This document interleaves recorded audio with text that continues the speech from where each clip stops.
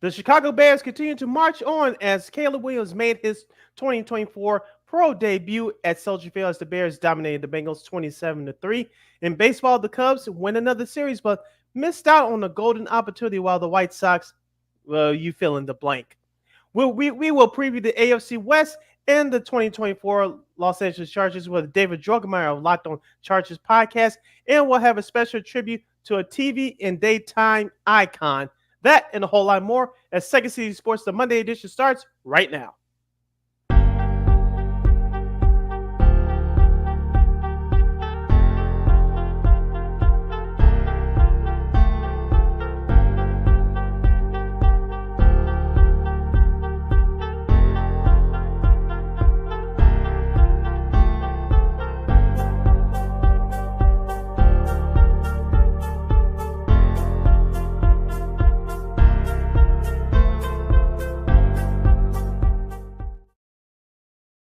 Welcome to another fun-filled Monday edition of Second City Sports. We're live in the living color right here on Sports Soul Chicago, along with Mr. Kim McGee, which is she. I am Sydney Brown. Hey, that's me. You can follow yours truly on the Twitter, X, and the IG as SidKid80. Once again, it's SidKid80. That's SIDKID80. That's SIDKID80. You follow my Kim McGee on the Twitter, X, and Kim's McGee on the IG. Make sure you download that Sports Zone Chicago app wherever you get your apps. Follow Sports Zone Chicago on all social media platforms on Facebook, Twitter, X, Instagram, and YouTube. Please subscribe to our podcast. We're located at War Media Podcast. That's WARR Media, PODCASTS. We are on all podcast platforms, including that iHeartRadio app. And while you're ready, please give War Media a follow at WARR Media on all social media platforms. That's Facebook, Twitter, X, Instagram, and YouTube. And thank you very much in advance for your support. Like, share, subscribe, and tell your friends. We are unapologetically fun, and we have very definite opinions. If you have any definite opinion during our 2-hour extravaganza, we call it Sports Talk Radio Show. You can always find us at Sports Zone Chicago's Facebook page or at Sports Zone Chicago on YouTube. Type in those questions or comments to the comments section. Lakina will get them up on the screen for you. But you decide to troll and or do something silly, dumb, or stupid, I'll give Lakina full powers to give you full spiel and be a boot. Toodles. But before we begin, we must remind you can catch Sports Zone Chicago live in the 11 color right now on Roku TV. That's right. So celebrate the squad and get with the program. Sports Zone Chicago is now available on Roku TV. If you already have Roku television, just tap on that sports folder and download that Sports Zone Chicago app. If you don't have a Roku television, but you have some handheld devices laying around, iPhone, iPad, iTouch, your Chromebook, or your PC, or your Android, just hit up the Google Play Store and download that Roku TV app and access Sports Zone Chicago through that avenue. So no more excuses. Celebrate the squad and give the program. Sports Zone Chicago is now available on Roku TV. 24 hours a day, 7 days a week, 365 days a year. Live and on demand. And anytime, anywhere. And you know we will provide. They will be providing you with some of the best here on Second City Sports as we're going into mid-August. As sis in the teaser, our buddy Dave Drogemeier from Locked On Chargers will preview the Chargers, of course, new head coach Jim Harbaugh, and of course the rest of the AFC West, including of course the defending champ, the three-time defending champ, I guess you could say, the Kansas City Chiefs, and also too, of course, will debut salute to a legend as for a special edition of Old School TV Monday. College football releases their first preseason rankings, yippee. And the Cubs will have an opportunity to gain even more ground in the NL wild card and the rest of the wild weekend MLB. Of course, it was just crazy for some of those games this weekend. But first, Williams pressure coming. He felt it, looked, saw it, evaded it, still on the move, looking around. Williams is going to take off for the end zone! Look, he's looking the front side, steps up, feels it, like I said, bails out right here. Watch him. Because those are two backside guys. He's like, who cares? Now he turns the corner. This is what he does. He can create, is what he does. He is a magician who can create. That he had those traits and characteristics to come in here. Another blitz from the Bears. Another interception. It is picked off for Chicago. And they play through some stuff. So to see them grow, that's incredible to see them have success.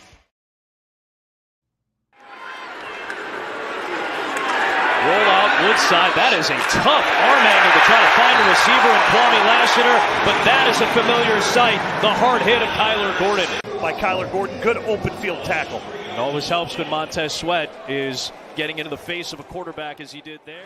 On second down. Pressure, off the edge. DB blitz, shooting the webs and getting the sack. It's third down. Yeah, you got to see it as a quarterback. You've got 5, they're bringing 6, meaning the Bears. Second and 5, pressure coming, that ball is going. It is picked off. Josh Blackwell with a big-time hit, and right on cue, Amen Ogbongbemiga with the interception.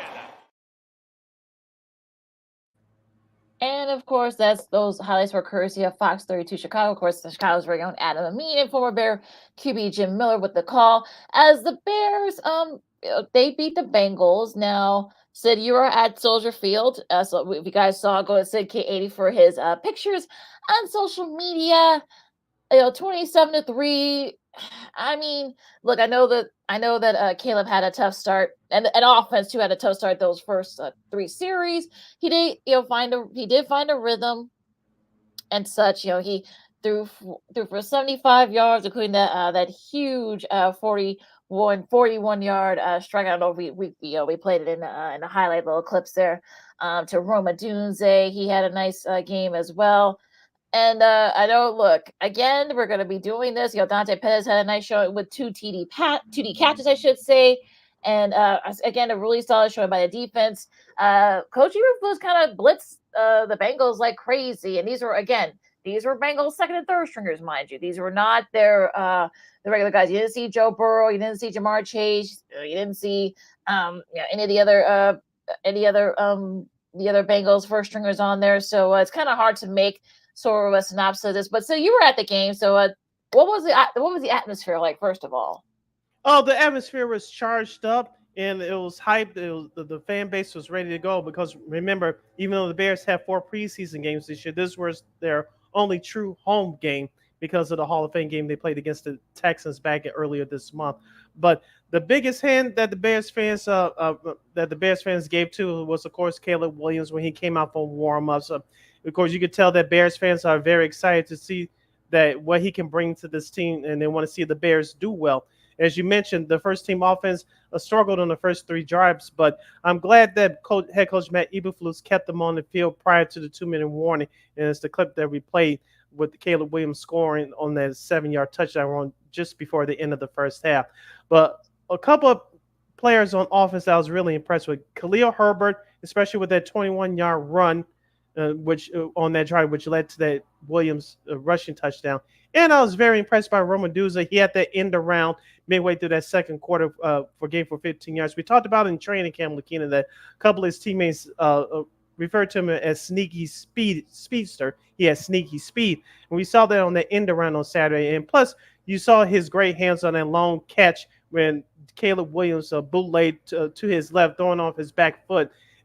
Some people call it the jump man throw. I think Michael Drogemeier has something to say about that. But it was a nice throw for Caleb, keeping the play alive, going out of the pocket, and finding Roma Dunze down the field. That was a terrific play late in that drive, which led to that touchdown. So I was very impressed by the first team offense. Sometimes you have to give the other team credit, which you have to with Cincinnati there, shutting them down the first 3 drives. But it was a nice chance to. It was a nice job of the Bears head coaching staff to give Caleb and his teammates a chance to finish off that scoring drive there. Listen to Second City Sports on Sports of Chicago. Lakina McGee, Sydney Brown with you. Recapping Bengals Bears, and look, Look, Caleb looked good. He didn't panic. When he was getting pressure from the pocket, he made that great touch, like I said, that 41-yard pass to Dunze there, which everyone thought it was like the greatest thing since sliced bread. Look, if you want to get excited, fine. But I think the defense has been really the most interesting because they blitzed the Bengals like crazy. And Terrell Smith and Eamon Moronga, who both are second stringers. They made a case for us getting spots on the team. Each caught interceptions. So again, it's Velus Jones Jr. actually looked pretty good. He had a kick return, but also good job in the receiving part as well, in the running back. So again, it's kind of hard to kind of make any kind of synopsis. I mean, look, you want to see improvement. You want to see the offense and the defense kind of gelling, and that's fine. But again, I want to wait till the season starts before you're going to be starting. Look, the defense are the same thing as the offense. They're not going to show you everything. So, but then Flus, kept, like I said, blitzing like crazy. So this is going to be the theme here for that new defense. So for me, I think, look, okay, yeah, they looked good, but again, let's not look. You want to be excited, fine, but again, these don't count. There are a lot of things that can go wrong here. So I think folks need to kind of just temper whatever expectations they have. Look, you can be excited, but let's not go too overboard and say, well, this team is going to win the North and they're going to go to the playoffs or whatever. No, well, let's not look. They haven't played against top defenses yet, so let's slow it down. I am excited, but I'm taking it what it is. Like you said, like it is a preseason game, and in the defense, they really didn't need to show any more of what they already been doing throughout training camp and throughout the early part of this preseason. Now, I was impressed by Kyler Gordon, which the clips that we played earlier. He had a great performance. Also, too, Micah Baskerville. I thought he had that interception, but it wasn't him. But he still had a great game. Number 47, who had that pick 6 last week at Buffalo. I believe he stood out to me as he's trying to become one of those rotation linebackers on this team. Also, too, with Blackwell, the number 31, Josh Blackwell, number 39. I thought he had a great game as well. He had a couple of tackles for losses. I thought great in coverage. I think he had a forced fumble too. And also to Daniel Hardy, number 92. He had a forced fumble as well as he's trying to make his spot to be in a part of that rotation on the defensive line. So all around, the defense I thought did a little bit better than the first team defense did a little bit better than the first team offense. But Lakina, we'll talk. I'm sure we'll dive more into this as we have a few minutes left before we shut it down for the bottom of the hour.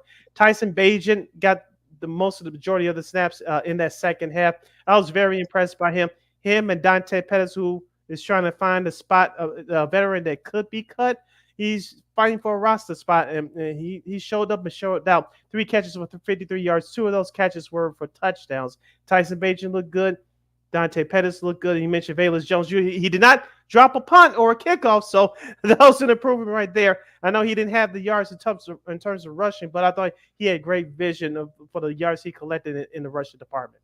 They finished up their they have a short week this week. They finished up the preseason against the Chiefs on Thursday, so that's going to be interesting to see. You probably won't see any of the starters. You won't see Caleb or Rome or any of the defense up there. So this is probably going to be like kind of all second and third stringers, and even probably fourth stringers trying to fight for a spot. Those last couple of spots on the team. Now I want to get into the whole preseason week 2 picture, since I know technically the Bears this is their third one, but I think for me, probably the most impressive I think I've seen so far. I think Bo Nix looked really good against Green Bay yesterday, but I think I want to make a snap. I know people, Packers fans are freaking out because if God forbid, some of the Jordan Love and some of the Packers, the first string Packers get hurt, you're not going to have a lot of good second, third strings, but I think people need to kind of slow down on that.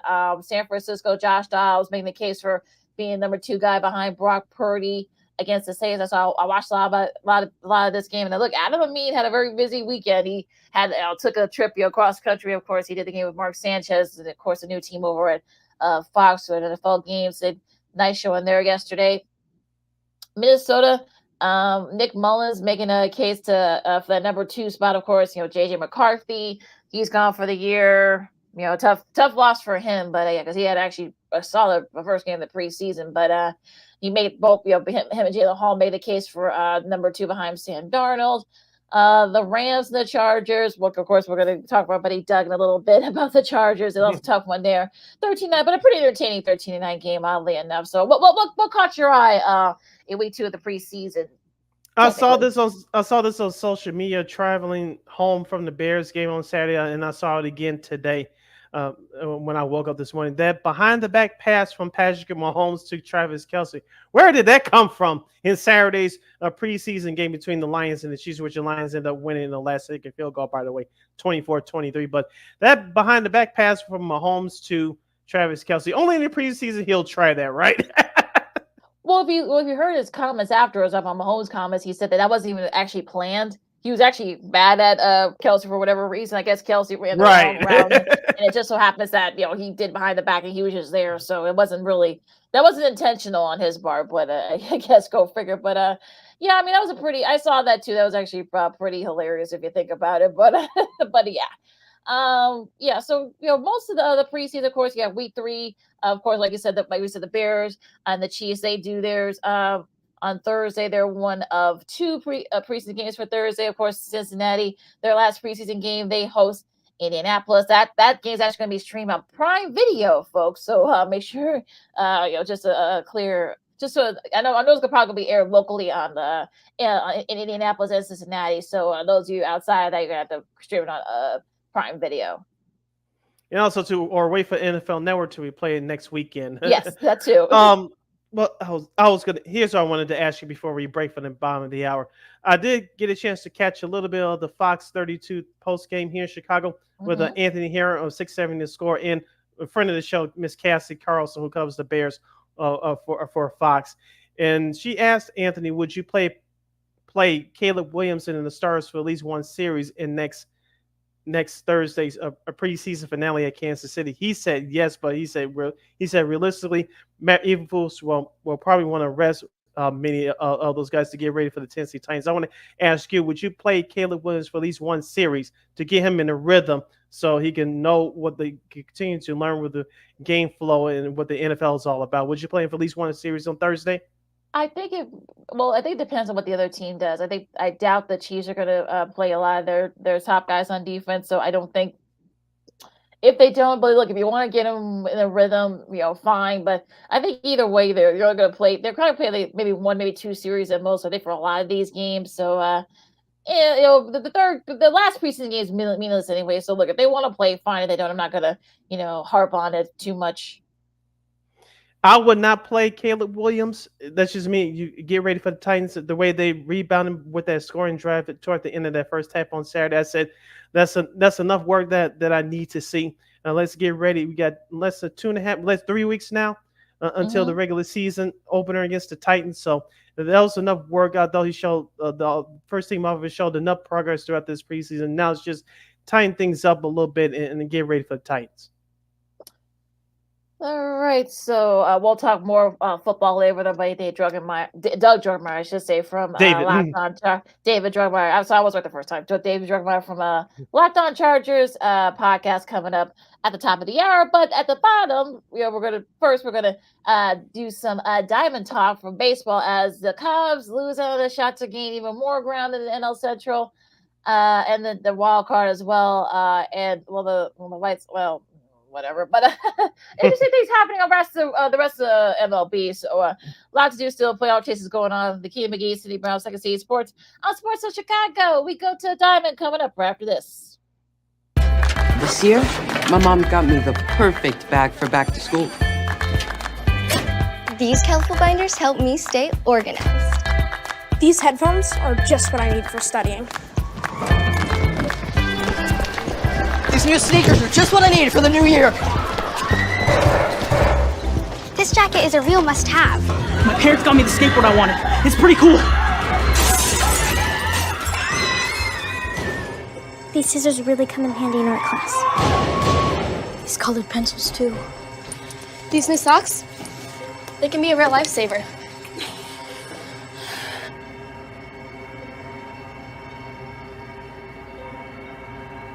I finally got my own phone to stay in touch with my mom.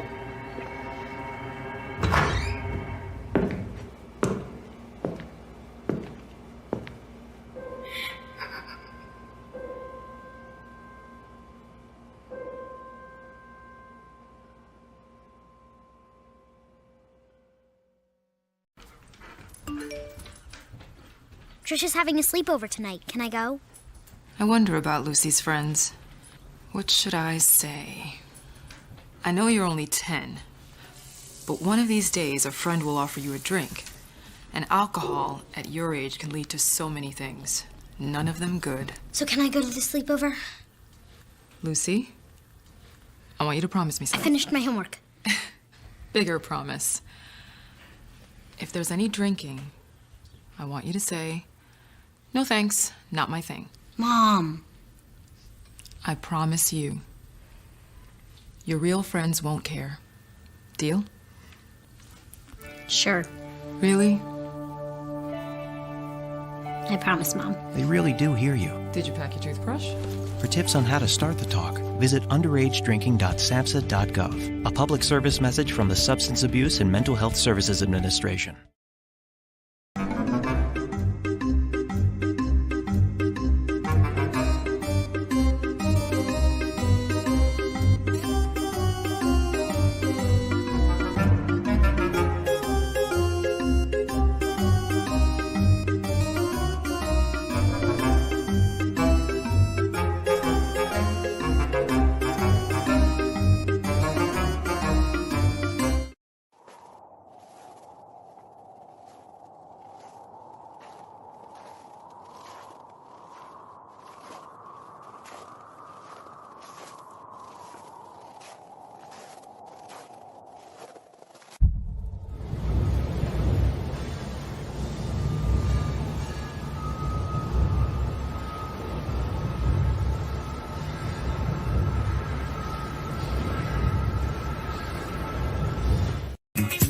Hey, this is Dr. J, and I listen to Sean and Maya in the morning.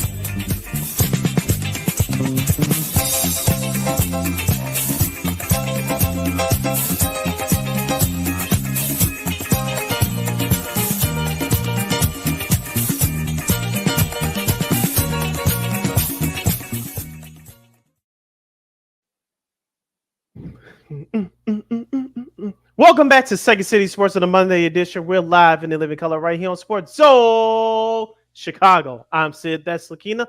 You can follow yours truly on the Twitter, X, and the IG at SidKid80. Once again, it's SidKid80. That's SIDKID80. That's SIDKID80. You can follow my Keena McGee on the Twitter, X, and he's going to get the IG. We have less than 84 minutes left of this extravaganza we call a Sports Talk Radio Show. If you have any questions or comments for us, whether it's about the Bears, and now we're transitioning to Cubs, Sox, and the rest of Major League Baseball, you can hit us up at Sports Zone Chicago's Facebook page or at Sports Zone Chicago on YouTube. Type in those questions or comments in the comments section. Like, you know, and get them up on the screen for you. Go to Diamond as we go here, and for the Cubs. I mean, unfortunately, they missed game this week against the Blue Jays. They lose 1-0. Bowden Francis, who had a ERA of 5 this year, just a little over 5, pitched 7 scoreless innings. And Joey Lupafrito, who's a rookie for the Blue Jays, who was struggling, batting wise. I think it's like bad average, like in the low 2s. Hit the lone RBI and the lone home run, I should say. I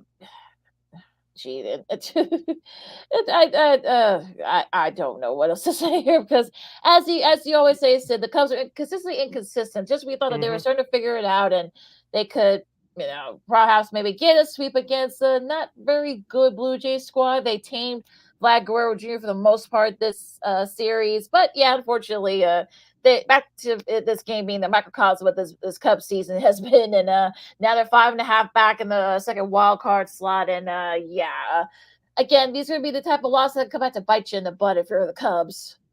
Yeah, just listening to these numbers from yesterday's game. Toronto 8 hits, Chicago 4. Home runs, of course, Toronto had the lone one, the Cubs with none. Total bases, Toronto 11, the Cubs 5. Runners left on base, Toronto 11, the Cubs 6. That's all you need to know. The men left on base for the Cubs, 6. As we said, during that almost 2.5 month stretch where they couldn't score consistently, you could get them on, but you can't get them in. And like you just said, yesterday's game was a microcosm what this Cubs offense has been the majority of the season. Great starting pitching, Shota Imanaga. He didn't have his best stuff, but he kept the Cubs in it, so you cannot blame him. You could blame that offense, and went back in the tank again yesterday.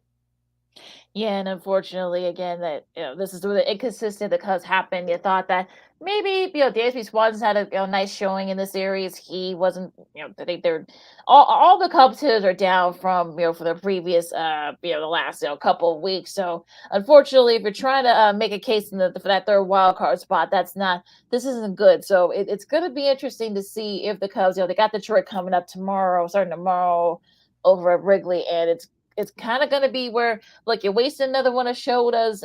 Shoda's had like the one lowest ERAs, but he only had like 3 or 4 wins because he has had the run support, unfortunately. So it's sort of one of those things where you're just like, well, what's going on here? But yeah, I mean the Cubs, they could look, they're not out of it, but at the same time though, there's little room for error at this point. There's about 38 games left, so you can't really depend. You can't do anything about what the other teams do, but you got to take care of business. And the Cubs got to take care of business more consistently if they want to perhaps make a go for that last wild card spot.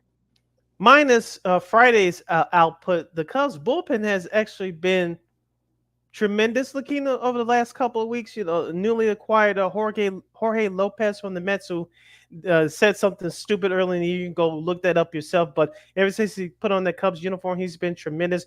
Merriweather, who was injured early in the year, he's shown up to be a good arm coming out of that bullpen. And of course, Hector Nervous Neris, he blew that game on Friday, but the Cubs were able to win that game in the bottom half of that inning to pull out the victory in the first game of that series. So besides Hector Neris, their bullpen's actually been tremendous over the last couple of weeks, and you have to give them just as much props as well for them trying to climb back to 500. Now, since they now still 3 games under, but that the Cubs bullpen has really made a major turnaround here.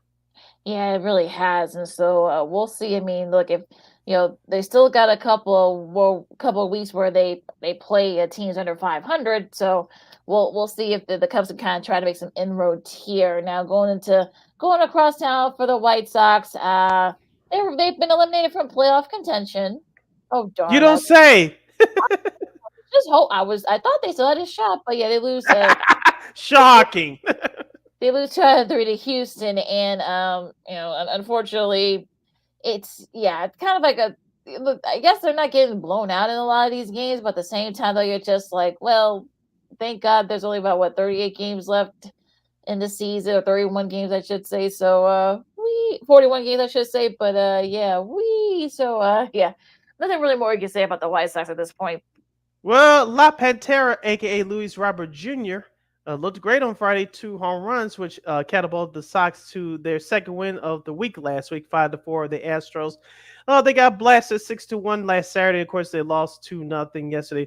Was a week without talking about the White Sox getting shut out, Lakina. I think they lead the majors in being shut out the scoreboard for the entire year. So what else is new? The only positive thing I take out of it is Luis Robert Jr. It looks like the power stroke is back, but we'll see.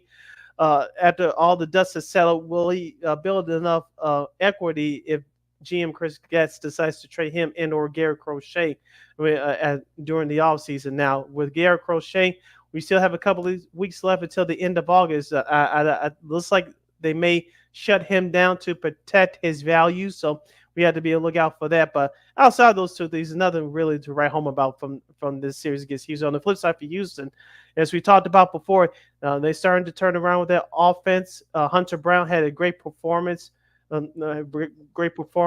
the weekend against the White Sox, one of the young pitchers that stepped up this year for Houston. So, and you still got the big name guys, Jose Altuve, Yordan Alvarez, and Alex Bregman. So they really showed up and showed out, and it looks like they're proven to be a dangerous team if they win the AL West. So, like I said before, and I'll say it again, even though they don't scare you on paper, but just the way they play and the way they battle back from the tough start because of the injuries in the earlier part of the season, this Houston Astros team can be dangerous if they get into the playoffs.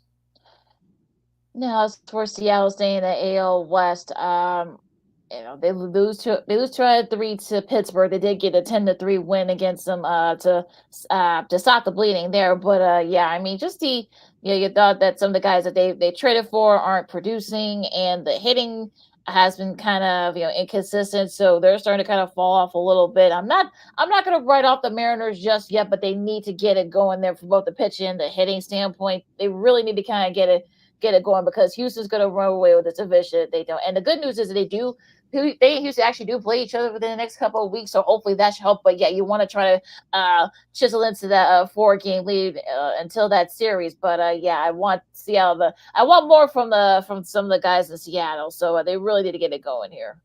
Well, they got it going yesterday, avoiding being swept by the Pittsburgh Pirates. They beat the Pirates 10-3 to take one game in that series. Paul Skeens looked okay on Friday, beating the Mariners in that series opener there. But you mentioned with Seattle, they have the pitching. They just need some consistent offense. They're the American League version of the Chicago Cubs. What more can you say? Not to rub it in, Lakina, with your two favorite teams, but they do mirror each other. I would say the Mariners are slightly better, but I digress. So they got a pretty tough schedule too. They play the Dodgers starting tonight, so yeah, that's gonna be a tough series for them there. Now going to the AL Central, the Guardians they get swept by the Brewers. So unfortunately they do. But unfortunately for them, I guess the other two teams in that Central didn't have very good weekends themselves. So in some weird ways, I guess, but Twins are still 2 back. The Royals are right there too. So yeah, getting a little bit interesting in that Central. I guess for a standing standpoint, we have to take Kansas City seriously. At least I do anyway. I don't hate them, but they don't scare me either. Bobby Witt Jr. is playing like an AL MVP candidate. You've been saying that for the last few shows, and his bat has really come on for Kansas City. Michael Wacha, the veteran pitcher they picked up from the St. Louis Cardinals. He pitched a heck of a game yesterday. Don't forget Bob Brady Singer as well, one of the young starters in that starting rotation for Kansas City. And you still have veteran Salvador Perez, who's hitting the cover off the ball. They took care of business this weekend, sweeping the Cincinnati Reds in 3 straight games. And you talk about the Minnesota Twins. They did take 3 out of 4 in Texas, so they're starting to climb back into that race a little bit with Cleveland struggling, as you mentioned. But I still believe that Cleveland's going to hang on to win that division. I just have this funny feeling that that's what's going to end up happening. Kansas City, they can get on a hot streak, but I still want to see them do this against better teams coming down the stretch. Yeah, that's going to be interesting. Yeah, so yeah, it could come down to the last couple of weeks in the Central. So probably only one team will end up being going to the playoffs. It's going to be whoever reps that Central Division. So it'll be interesting to see who that is. Now going to the AL East, the Orioles and the Yankees just can't get away from one another. They're still tied, going on here as the Orioles split their weekend series, or 4-gamer against the Red Sox, I should say. As for the Yankees, you thought that maybe they could figure things out, but yeah, they did lose 2 out of 3 against Detroit. So a nice little moment there. If you saw Wanso, they were at the Little League game in Williamsport, and you saw a nice little moment from Wanso, some of the kids there. Unfortunately for was he twerking or doing a shuffle? I don't know. who knows what he was doing, but I don't know. But yeah, unfortunately the Tigers came back and actually beat the Yankees 5-2. So unfortunately they've been a little inconsistent there the last few weeks here. But again, same thing with Baltimore. So both teams just can't get away from each other. And there's the Red Sox, even though with the split their series, they didn't gain any ground either. Yeah, like you said, it's fit to be tied, correct? I watched a little bit of that Baltimore-Boston series, and Baltimore, they just can't seem to get any separation. They had a chance to take a couple of those games there to win their series, but Boston did what they had to do. And like I said, the Yankees, it was a golden opportunity to get back in the race, but like you said, these are the dog days of summer. They failed to do what they need to do down the stretch. So, like you said, this is far from being over.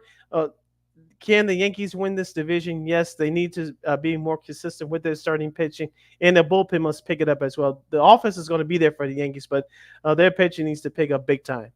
Yes, it does. So, gonna be interested to see in the AL East. Now going to the NL East, the Phillies they'll take 3 out of 4, I should say, from the Nationals, and it'll be interesting to see because. Look, I mean, they're getting contributions from just about everybody. I'm talking about the Phillies, so they're starting to get back on track. Yeah, their starting pitching is picked up as well. And as we talked about before, Lakina, we talked about the offensive players with JT Realmuto, Bryce Harper, Trey Turner, but their starting pitching is very stellar as well, led by Zach Wheeler. Don't forget about Aaron Nola, and their bullpen is very solid as well. I know they picked up Tanner Banks, the former White Sox pitcher, so he'll help out in that department as well. But these are the kind of games, if you're a good team, you want to take care of business against the sub 500 teams and be at your best to battle the teams that are above 500. And that's what the Philadelphia Phillies did. Despite their loss yesterday where they failed to complete the 4-game sweep, they took care of business this weekend. That's what you want to do against the teams that are below you. Yeah, Christopher Sanchez had a gym there on Saturday in that 5-1 yes, win. I forgot to mention that, but yes. So that was a really good showing there by the Phillies because they get caught looking ahead because they do play the Braves starting tomorrow. And speaking of the Braves, they did take 2 out of 3 against the Angels. And it looks like maybe they're starting to kind of figure things out a little bit, Atlanta is. Ramon Laurinero had a home run to cap off that series win against the Angels, and it's going to be interesting if like again, maybe the Braves are starting to figure it out, but again, we'll see. They got 3 coming up against Philly, so they can gain some ground here, but we'll see. And let's not forget about Chris Sale, who was an all-star earlier this season along with Ronaldo Lopez. Chris Sale had a great performance on Saturday to give the Braves the first win of that series. So hopefully the pitching will start to come around. The pitching has been there for them all year. I know it's been struggling the last couple of weeks, but hopefully the offense will catch up to that. But hopefully that good consistent starting pitching. The Mets looks like they're, you can't really figure them out. They did lose their series against the A's, but they did, come back and win 2 out of 3 against the Marlins. So that should definitely help them to stay right there. They probably won't win the NL East, but they're definitely still right there in the wild card. So, but it's going to get a little bit crowded there. So we'll see what happens with the Mets. Now going to the Central, the Brewers, they've won 5 in a row. They're probably going to run away and high with that Central. They're 11 up, so don't really worry too much about that. Now going to the NL West, the Dodgers. They did win again. Speaking of, they did win 2 out of 3 against the Cardinals, so that should help them put a little bit of distance between them and both the Padres and the D-backs. Yeah, the D-backs got swept in Tampa Bay, losing a heartbreaker in extra innings yesterday.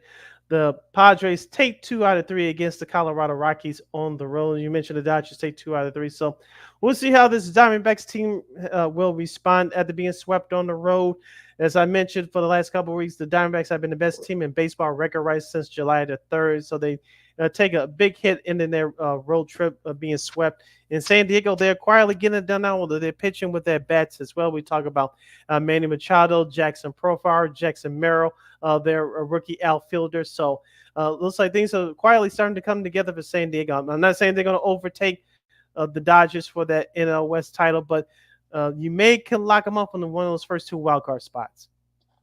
Let's talk about those wild card spots for a second because, like I said, it's been a little bit crowded there. We'll talk about the AL side of it first. Of course, the Yankees are your leaders there, the first spot. Then the Twins. The Royals have the 3rd spot right now. They're 3.5 up on the closest team, which are the Red Sox and the Mariners. So if you're one of those teams in the NL West or in the Central, you probably are going to, one of these teams, at least one spot's going to go to probably someone from the AL East, unless one of them, completely falls off, whether it's the Orioles or the Yankees. Now the Twins, we'll see if they can hang on to that spot as well. But yeah, you got the Red Sox, you got the Mariners.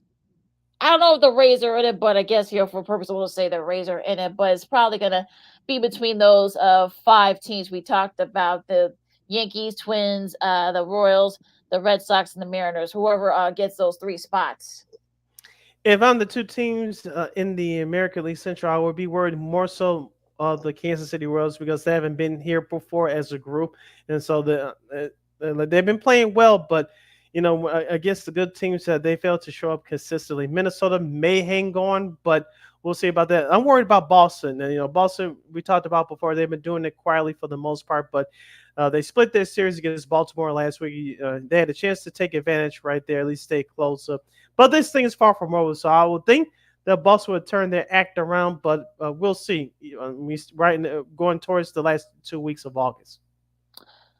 All right, going to the NL for a second. Of course, you got the two teams at West in the NL outside the Dodgers and the Padres and the Diamondbacks. Of course, the Braves hold that spot right now. Then you got the Mets, the Giants. The Giants had a nice weekend yesterday. This weekend, they got the Cardinals and the Cubs. Now the Cubs definitely gonna be an uphill battle because they've got like 5 teams they gotta jump over, and they're 5.5 back. So I guess if you're the Cubs, you just gotta keep doing what you're doing. But yeah, I'm wondering to see if either Padres or the Diamondbacks sort of fall off because we've seen it happen before.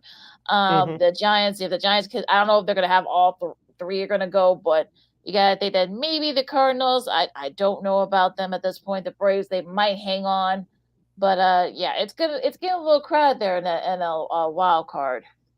Yeah, the way that the San Diego Padres are playing right now, this is the way we expected them to play from the start of the season. Now they just getting it going, as they've been tearing the cover off the ball ever since the All-Star break, and you think they'll stay consistent. We'll see in this next couple of weeks as we wind down the month of August. As I mentioned with Arizona, they take a big hit of being swept at Tampa Bay this weekend. We'll see how that team responds. They were there last year in the big show. Atlanta, if they can stay consistent on offense, I do think they have one of those first 2 wild card spots locked up. And I know they're going through a rough stretch there, so we'll see if their offense can stay consistent. I think they have one of those first 2 wild card spots locked up. But I think still after San Diego that their wild card spot is up for grabs. Arizona, yes, they've been there before, but I don't know. The Cubs, they're on life support at best. St. Louis, I don't trust her right now, especially now losing 2 out of 3 to the Dodgers. So they're on life support as well. So it's going to be a battle for that last wild card spot, I believe. All right, let's go into the schedule here. Some big games coming up this week. Arizona and Miami. That game will be coming up soon on MLB Network later this afternoon. Cincinnati and Toronto, they start their series. Baltimore and the Mets, the first game will be on MLB Network. You have Pittsburgh and Texas. They've starting to falling off a bit there. The Angels and the Royals. Then you've got Houston hosting Boston, Minnesota, San Diego, and also you got Tampa Bay. They start their West Coast trip in the Bay Area as they face Oakland.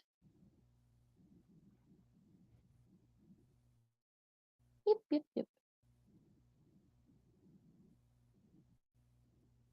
The White Sox will visit San Francisco to take on the Giants, and your Seattle Mariners will take on the Los Angeles Dodgers. Oh, brother. Oh, Lord. Of course you got that's gonna be we'll see. They may steal one, who knows. They'll be lucky if they do. The series starting tomorrow, Philadelphia and Atlanta. The first game tomorrow will be on TBS. Milwaukee at St. Louis, Detroit at Chicago to take on the Cubs, and the Los Angeles Angels will play the Kansas City Royals, and the Minnesota Twins will visit San Diego, and Tampa Bay will now hit the road as they'll play the Oakland Athletics. In Baltimore, and the New York Mets will start this series tomorrow in the Big Apple. Cincinnati at Toronto. Of course, the Cleveland Guardians will also face New York, but this time to take on the New York Yankees, and the Colorado Rockies will face the Washington Nationals in our nation's capital. So that's your schedule for MLB for this upcoming week. Just a couple of special notes there for the television side. You got the Guardians and the Yankees. That'll be on Prime Video on Wednesday. St. Louis and Milwaukee. That'll be on FS1 on Wednesday at 6:45. And, of course, the last game of that Mariners Dodgers series will be on MLB Network.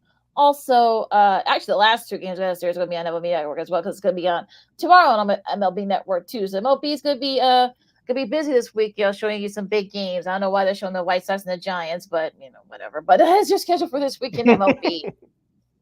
Stay tuned for more sports and more fun as we kick off hour number 2 of Second City Sports with friend of the show, David Drogemeier, the host of the Locked On Chargers podcast. He'll preview the 2024 LA Chargers in the AFC West.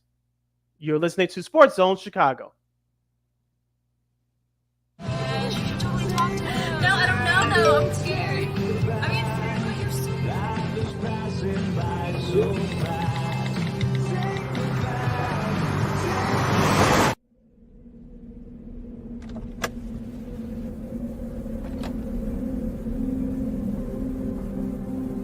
Do you know that you're in my lane? No, not at all. Are you not paying attention? Are you texting? I was just checking in with my mom. I was telling her that I thought we'd be home by 6. It's okay. There's enough time. Just pay attention. I'm not even halfway through my text. There's no way. I'm not even going to look up. My babies are in the car. You have to pay attention. It's just supposed to be a quick text. I'm so sorry.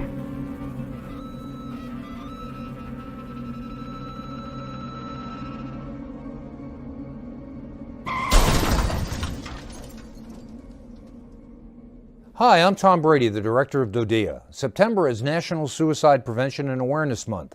The simple act of reaching out and caring for those in our communities is something we all can do. Just being there for someone you care about can be a tremendous first step in getting them access to confidential resources and support that they need. It only takes one person and one small act and 1 minute to make a difference. Let's make a difference.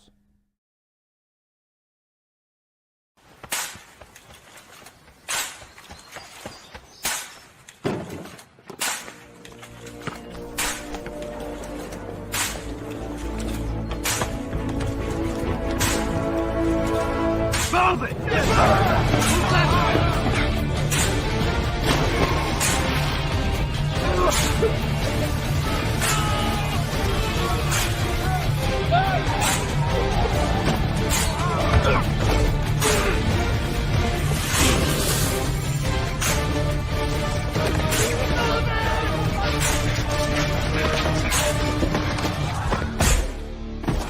Many will hear the calling. Few will earn the title. United States Marine. The few, the proud, the Marines.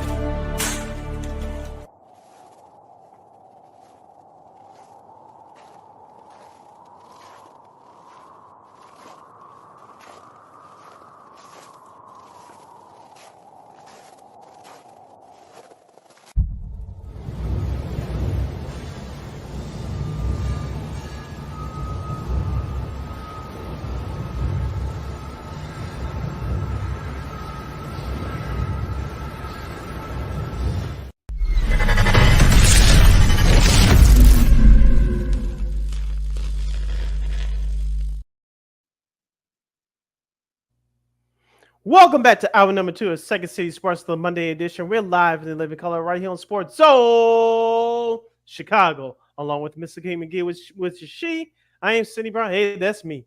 You can follow yours truly on the Twitter, X, and the IG at CK80. Once again, it's CK80. That's SIDKID80. That's SIDKID80. You can find my King McGee on the Twitter, X, and King's again, the IG. We're entering hour number 2. If you have any questions or comments for us as we preview the 2024 LA Chargers in the AFC West Division, you can hit us up at Sports Zone Chicago's Facebook page or at Sports Zone Chicago on YouTube. Type in those questions or comments in the comments section. Lakina will get them up on the screen for you. And just a daily reminder, you can catch Sports Zone Chicago live in the 11 color right now on Roku TV. All right, this is kind of becoming an addition to the last couple of years we've had him on, previewing not only the Chargers with the AFC West. So why not? Let's do it again this year. So you listen to him and watch him on the Locked On Chargers podcast. He's the one, the only, the super cool Mr. Dave Drogemeier. There we go. There we go. Hey. How are you, Dave? Doing very well. Thanks for the invite. Appreciate you guys inviting me back on. All right, so of course Jim Harbaugh. Of course. So Jim Harbaugh is back in the NFL. Now coaching the Chargers. What's his? We know how quirky, and if you want to use other terms, that's fine. But what's his demeanor been like ever since getting this NFL job? Back in the NFL. I mean, I think it's a mixture of excitement and also, the challenge of conquering something new. I mean, I think after college football, that ship has sailed. He accomplished everything he wanted to, obviously capping that off with the national championship last year with Michigan. And now it's to, the one thing that has eluded him so far in his coaching career, and that is accomplishing the feat of winning a Lombardi trophy, an NFL Super Bowl championship is what he wants. And it's also been really about completely changing the culture and the identity of the Chargers football team from something that's more been built from the outside in with a more finesse type of mentality to a Jim Harbaugh physical, hard-nosed, run it down your throat, beat the hell out of you style of physical brand of football, which has been, the message since the very beginning, and that has been echoed by the type of players that they've brought in, and everybody is starting to drink of the same Kool-Aid. Yeah, unfortunately, during the preseason, during training camp, you're going to have injuries that occur. And of course, your franchise quarterback, Justin Herbert, has plantar fasciitis in his right foot. Of course, that cast was taken up late last week. Can we assume that he's going to be on track to be ready to go in week 1 against the Raiders?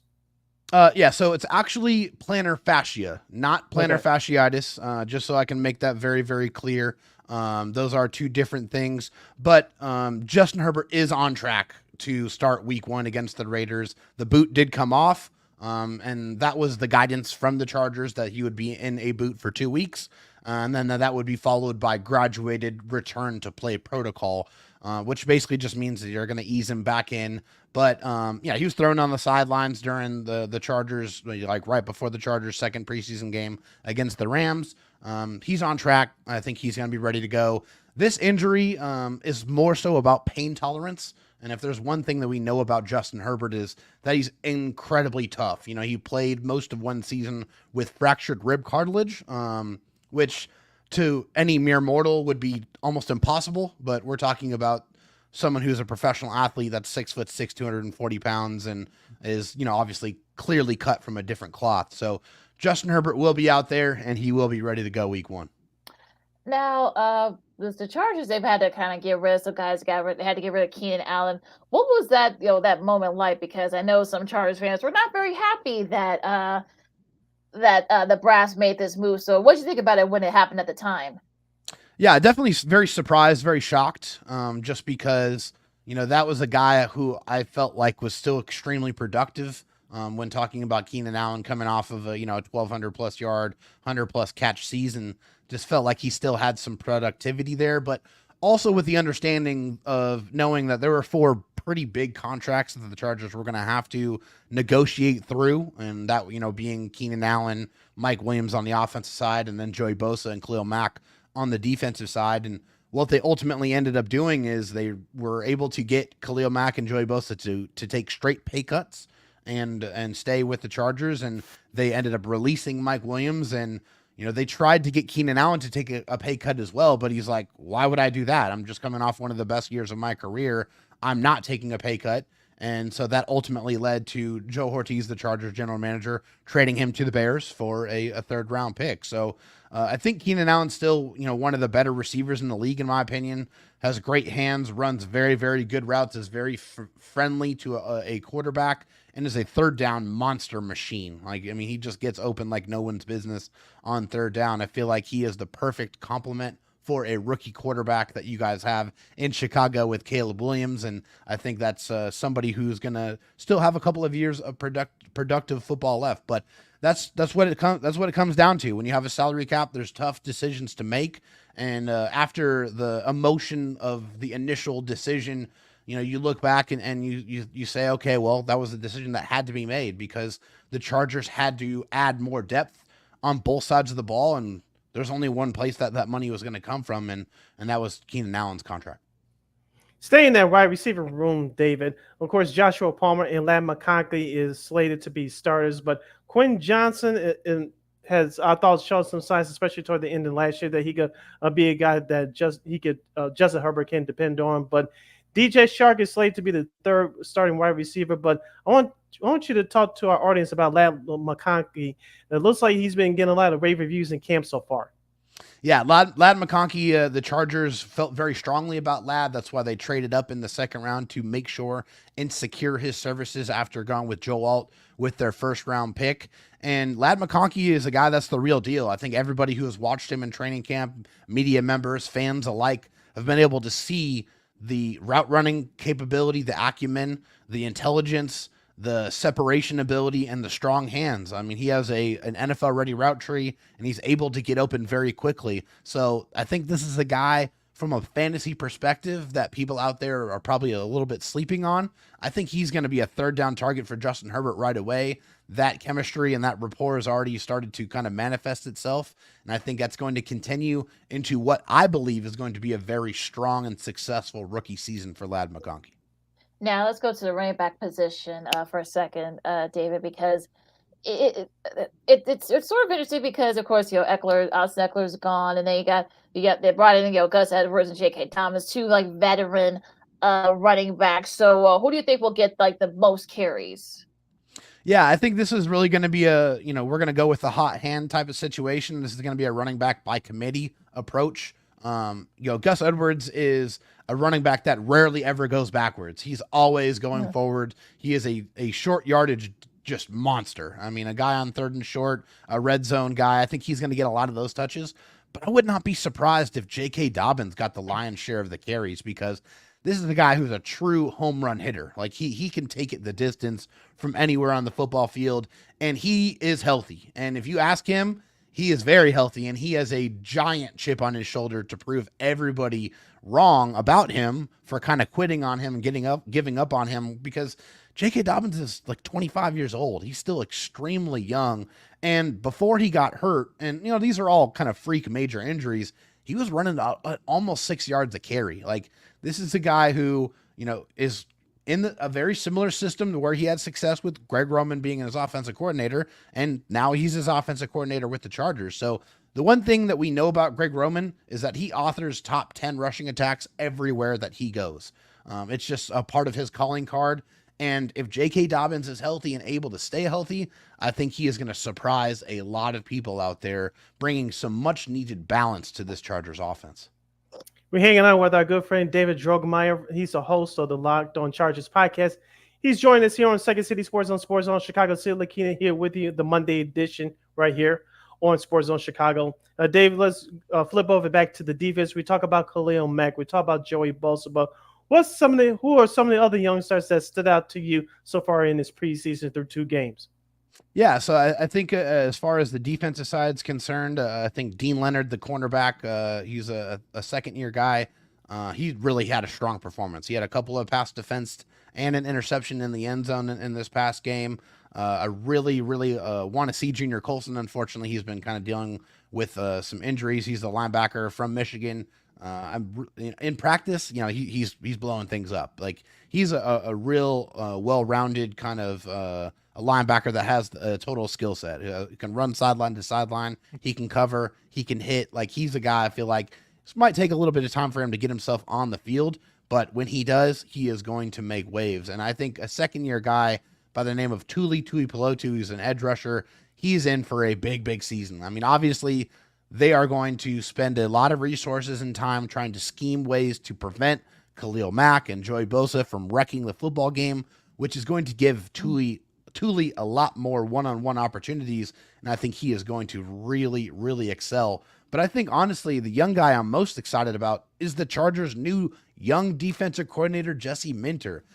Jesse Minter, coming from Michigan, authored one of the number one defenses, actually the number one defense in all of college football last year, and that's a derivative of the Ravens defense, who was the number one defense in the NFL last year. So I'm very excited to see how that translates. It already looks much different. They're much more physical. They're flying to the football. They're not allowing explosive plays, and they're being very stingy on those third and short situations. So I'm excited to see what a young defense coordinator who is only focused on orchestrating that defense is going to be capable of doing with the collection of real talent that the Chargers have up and down the secondary and on the front seven as well. You got Khalil Mack, Joey Bosa on one side and the other. In the middle, you have Denzel Perriman, and you have Deion Henley, who's a young linebacker. And then you have a former All-Pro in Derwin James that's on the back end.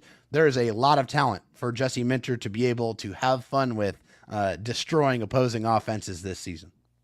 Just to follow up on that defense, do you think that they could be kind of the key to keep the Chargers in games, with all the turnover on the offensive side? Absolutely, yes. The Chargers defense under Brandon Staley the last couple of years have been really towards the bottom of the league, and they've given up way too much explosive plays in the passing game and in the running game. They really couldn't do much of anything to stop anybody, and they coughed up lead after lead after lead that Justin Herbert provided them. There's two reasons why I feel like the Chargers are going to win a lot more games this year. Number one, they're going to have a balanced rushing attack and a balanced offense to where they're going to be able to really kill the clock and really end in victory formation, provide that balance on offense. And on defense, they're going to have a defense that's going to be able to limit the explosive plays and get off the football field. Those are the two most important reasons why I feel like this Chargers team, obviously coupled with, bringing in a head coach who has a winning track record, are the reasons why I feel like the Chargers are going to be much improved this season. Going back to the offensive side of the ball, and let's focus in on the tight ends. Of course, Will Dissly, the former Seattle Seahawk, he's slated to be the starter. But talk to us about his backups. Hayden Hurst, who's been around for many years, and Donald Parham Jr. He's shown flashes of the last couple of years, but do you think this is the year that he can break out? Yeah, so I think this tight end room are all going to have very clear and defined roles. Will Dissly is one of the best blocking tight ends in the entire NFL. This is a guy who can erase people in the running game, like literally latch on and take defenders out of the play completely. And he's already showcased that so far in the preseason. Hayden Hurst is going to be the primary pass catching tight end. He's going to be the guy that I think is going to be on the field the most. And Donald Parham Jr. is a red zone threat by every single stretch. Okay. 6'8", has a gigantic wingspan, and his stat line is really crazy. He has actually scored a touchdown every 6.7 receptions that he has hauled in the NFL. So it's ridiculous how dangerous he is in the red zone. Mm-hmm. There's just no defenders that can get up there. I mean, at 6'8", you can throw that, 7'3", 7'4", and nobody will be anywhere close in the stratosphere to be able to cover him. So I think it's really about, utilizing these tight ends to the most effectiveness, but they're going to have to be able to block too. It's just with a Greg Roman offense that's going to be running the football. If you can't block, then you are not going to play on offense. What do you think are the realistic expectations for the Chargers this year for the West of the AFC West? Of course, we'll talk about them in a second. Of course, you got the Chiefs, you got the Broncos. So what do you think the Chargers are among the rest of the AFC West? Yeah, so I'm not ready to say they're going to sit here and they're going to challenge the Chiefs quite yet. I think they're very much on their way to doing that, but they still need to, really instill the identity of being a physical football team. That I think is going to take a little bit of time for Jim Harbaugh to be able to have that vision play itself out. But I have always said from the beginning that I think this is a 9 to 11 win football team. I truly, truly believe that because of the differences and the changes that they've made on both sides of the ball. I know people look at the offense and say, oh no, they don't have anybody to catch the football. Yes, they do. And they also have a quarterback that enhances the talent around him instead of a quarterback that needs to be enhanced by the talent around him. Those are two completely different things. Justin Herbert has the ability to raise the quality of the offense and the quality of play of everyone around him. And I think that running game and that defense are going to be reasons why they're going to be able to perform a lot better than most people are expecting this season. We're halfway home with our good friend David Drogemeier, co-host of the Locked On Chargers podcast. He's hanging out here with us on the Monday edition of Second City Sports on Sports Zone Chicago. City looking to hang on here with you. Let's dive in deep into the AFC West. I'll start with the Las Vegas Raiders first. Of course, Antonio Pierce will be coaching in his first full season with the team. He's named backup Gardner Minshew as a starter. Aiden O'Connell, the second-year guy at Purdue, will be his backup. I play conspiracy theorists at times, David, on the show, as you well know, but assume that the Raiders get off to a bad start. Wide receiver Devontae Adams, some people have him, they want him to be reunited with Aaron Rodgers back on the East Coast in New York with the Jets. If the Raiders get off to a bad start, is it safe to assume that Devontae Adams will be asking for a trade? Absolutely. Yeah, I definitely see that's something that's going to happen because Devontae Adams was spoiled getting to play with Aaron Rodgers, one of the best quarterbacks in the history of the game, quite frankly. When you think about just pure arm talent, that guy can throw it anywhere on the football field, even, in his early 40s at this point. He has just rare arm talent. And Devontae Adams has had to play with, Derek Carr, who's kind of so-so in my opinion. And then, of course, Aiden O'Connell is honestly, to me, a backup quarterback. I mean, he really, he's a journeyman type of guy. I don't feel like the Raiders are going to have any success this year. I think they have some pieces on defense to be excited about, with Max Crosby and, bringing in that beast from the Dolphins. I feel like they're going to have a good defensive line, but the middle of their defense and their secondary, big question marks, and their offensive line's a huge question mark for me. Outside of Devontae Adams, I'm not sure what the weapons are going to look like this year. So I'm not really too concerned about the Raiders and what they're going to do. I think it's a rebuilding year for them. And so, yeah, I think Devontae Adams is going to understand, like, hey, like, I want to win a championship, and my time in the NFL, like the sands in the hourglass, that they're starting to fall out for his career. And I think he understands that. And I think that's going to put some pressure on him and his people to go get him with a team that will give him a chance to go win a ring. Let's talk about the Broncos. It's kind of like a similar situation with the Broncos. Of course, Bo Nix has looked really good so far this preseason. Javonte Williams, who they picked up, Cortland Sutton. The defense is sort of, I don't want to say a bunch of no names, but they are kind of like a very young bunch here. So where do you think the Broncos stack up in the AFC West? Honestly, similarly to the Raiders, I feel like the Broncos are rebuilding as well. I think they're a couple of years away from being competitive. And also, I think when everybody's getting excited about Bo Nix, I think if you pay attention and you watch, like, a lot of those throws are very simple, very one read in nature. Like, he's not really processing the entire football field, and having to make those type of throws when there's a ton of pressure in his face. I think Sean Payton's really made the offense very simple for him, allow him to go out there and execute, make him still, feel good about things, which is good. But I'm not ready to sit here and say that they're going to compete. I think that defense is definitely going to be vulnerable this year. And the offense is kind of like, who's going to step up, in the receiver room, who's going to be that number one guy? Are they going to have any semblance of a running game consistently?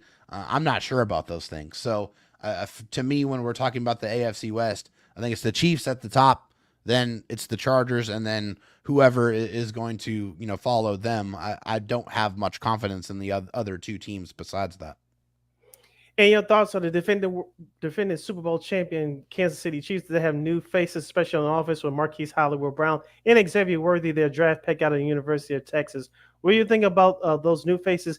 And would you take Kansas City or the field to win the Super Bowl this year? Yeah, so Kansas City is obviously clearly fantastic. They have one of the best coaches in the entire NFL with Andy Reid. He's going to be a future Hall of Famer without question. And they have a future Hall of Famer at quarterback with Patrick Mahomes as well. I mean, for what he's done in such a short period of time is truly incredible. But I honestly think this is one of the most difficult things in all of sports. Not only were they able to win once, they were able to win twice. I think winning 3 times is damn near impossible. I think there's just too much parity in the league from year to year. I don't think they're going to be able to get there a third time. I think they'll be competitive. I think they'll probably win the West again, but I see them taking an exit in the playoffs this year. I just think it's too much to ask for them to win 3 straight championships. This is the highest level of football. And hey, I could be coming on this show next year saying I was completely wrong, but this is just what I feel right now when I look at that team. I think a lot of people are excited about Xavier Worthy, but I want to see what it looks like when he gets pressed at the line of scrimmage. He's 168, 170 pounds. Like, speed is great, but if you can't get started, then it doesn't matter how fast you are if you get destroyed at the line of scrimmage. So they're going to have to think of some creative ways to get him some runways, to get people off of him, to allow him to get free releases, because if they're expecting him to have success one-on-one in those press man situations, that's not the right way to utilize his skill sets. All right, so we'll let you write this in pencil, because of course we know days could change. So where do you think the record is for the Chargers? Well, probably not challenge for a wild card spot, but do you see the perhaps maybe being like 6-12, like 7-10 or something like that, like 6-11 or 7-10, something like that? Absolutely not. Yeah, I think that's way too low when we're talking about that. I think they will challenge for a wild card. I've already been on record saying that I think the Chargers are going to go 11-6. I know that's, you're probably looking at last year saying, oh, how the hell is that possible? But it's because they're going to have a much better running game. And they're going to have a much better defense, which, this is a team game, right? The quarterbacks always get, criticized for winning and losing, but they don't go out there and play alone. The supporting cast, the quality of your coaching is extremely important. In every single game, almost every single game last year, they were going into it with a coaching disadvantage. Now they're not. Now they have the head coach that has the highest active winning percentage in the NFL right now as their head coach with Jim Harbaugh. That is a fact. So Jim Harbaugh comes in with an identity that knows how to win. And so I said 11-6, and I'm going to stick to it. Last question for me, David, as we wrap it up with you. Of course, the NFL has the new kickoff rules this year. Of course, the lowest return percentage occurred last year at 21. At least for the first 2 weeks, 81% of kickoffs have been returned. What do you think about this new rule? And do you think this will be eventually successful as we go throughout the year? I absolutely love it. I think that they're bringing back a part of the game that was cast aside. And a part of the game that's very exciting. I mean, remember back in the day, I mean, obviously you guys know with Devin Hester, one of the best return men in, the history of the National Football League, that has been kind of taken out of the game. And so them bringing this new kickoff rule in is going to bring kickoff returns back into the game. And that's a very, very exciting element. That's a supercharger, right? Whenever anybody gets a kick return touchdown in the football game, that is a shot of adrenaline, a shot of momentum into the system. And I can't be more excited about them bringing this rule into place and bringing back the importance of the specialist. All right, Dave. It's been so much fun as always. Thank you so much for joining us. Where can people find all your great content and your great episodes of Locked On Chargers and all the other good stuff? Yeah, absolutely. So you can find all of our YouTube episodes that we drop every single day, Monday through Friday, on our YouTube channel, Locked On Chargers. Of course, we're on every single audio platform that you can imagine, whether that's Apple Music, Spotify, whatever. We are definitely out there. Like I said, we produce content 5 days a week. You can find me on Twitter at DroTalkSD, my partner Daniel Wade at Dan Talk Sports, and of course you can find our Twitter account on X or Twitter, or whatever you want to call it, at Locked On LAC as well. Please feel free to reach out. We love talking Chargers football. So yeah, that's where you can find us. All right, Dave. Thanks so much. All right, David. No, go ahead. Yeah, thank you so much for joining us. Much continued success, and we'll be supporting you all season long. Good luck to your team, and perhaps when the Chargers, as WHEN, when the Chargers make the playoffs, we'd love to have you on again. Absolutely. Thank you, guys. Take care. You too. Stay safe. All right, thank you. All right, that was Ray Drogemeier from Locked On Chargers. Now, do you agree with him when he says that the Chargers could win 11 games? I think I have to look at their schedule, but if they beat they have to beat Kansas City at least once this year. I know they've been competitive against the Chiefs over the last few years. I know they beat Kansas City in Arrowhead. I believe that was in 2021, if I'm not mistaken. But they had their chances the last couple of years to steal one out of there, and they just couldn't do it. But they have to beat Kansas City once this year out of their two matchups. I think he's correct. They'll take care of the Raiders, and they'll take care of Denver. But I don't know if you had the schedule in front of them, but hold on. They have to beat the Chiefs. I think they'll take care of the rest of the division. Of course, Justin Herbert has to stay healthy, and their running game has to be consistent. I know you brought up J.K. Dobbins. I liked him since he came out of Michigan, but unfortunately, injuries has dampened his career a little bit. So hopefully he'll get a new fresh start with the Chargers, and hopefully if he stays healthy, and I think that Chargers offense will be that much more dangerous. It'll take the pressure for sure off of Herbert. All right, 1 second here. I got the thing up real quick. We're up against it now. They play the Steelers. They play the Panthers. That's a win. They play the NFC South. So, they play the Saints, Bengals, Ravens, Falcons, Bucks, Patriots. So I guess you could probably. That should be a win. Yeah, I could probably see maybe 9 or 10. I don't know if 11 might be a little bit high. But I mean, the Panthers should be a win. The Steelers, we'll see how they looked at that point. The Cardinals, again, we'll see how they are. Saints, same thing. Titans, Ravens. I mean, they're a depends wild on, card, I think. yeah, and Ravens, that's a Monday nighter. Right before Thanksgiving. I guess you could probably say I can see maybe 9 or 10 maybe, but I don't know about 11 like Dave was saying. But again, that's just me. Yeah, we'll see how the Chiefs are. But like I said, they got to beat the Chiefs in one of those 2 games this year. And they may, it depends on where they are, they may have to beat Baltimore, right? You said right before Thanksgiving? Yes, that they may have to beat Baltimore because they may come to a tiebreaker if they make the wild card or not. Yeah, so yeah, the Hardball Bowl Part does they're touting it, so that should be a interesting matchup. We'll see. Like I said, we'll see where they are by that time. Talk about the Ravens, they could be fighting for the number 1 seed once again, or maybe even the AFC North title, or still kind of a battle there. So we'll see what happens. But yeah, the Chargers could be a fascinating team to watch, I guess.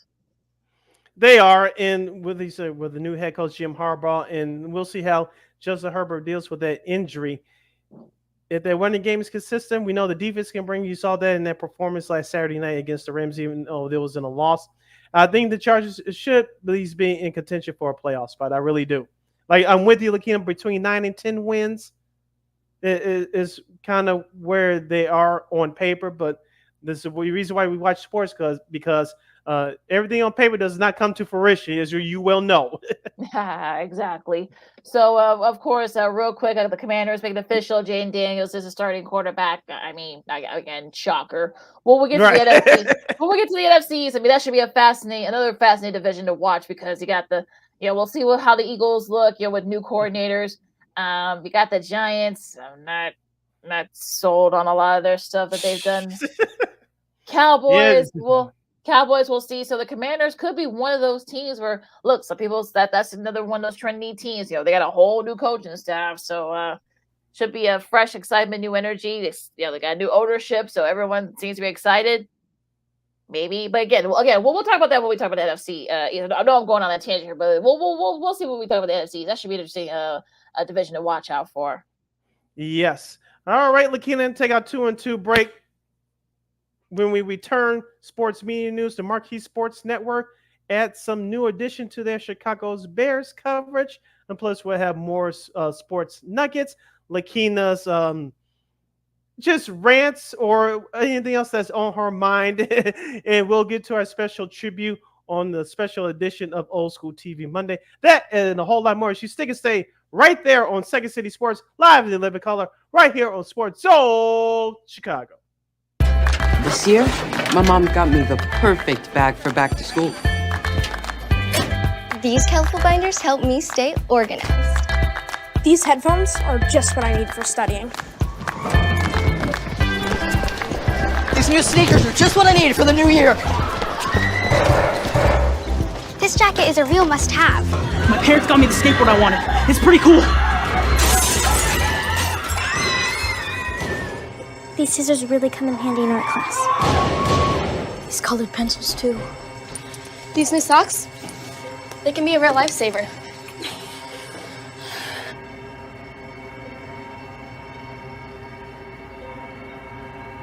I finally got my own phone to stay in touch with my mom.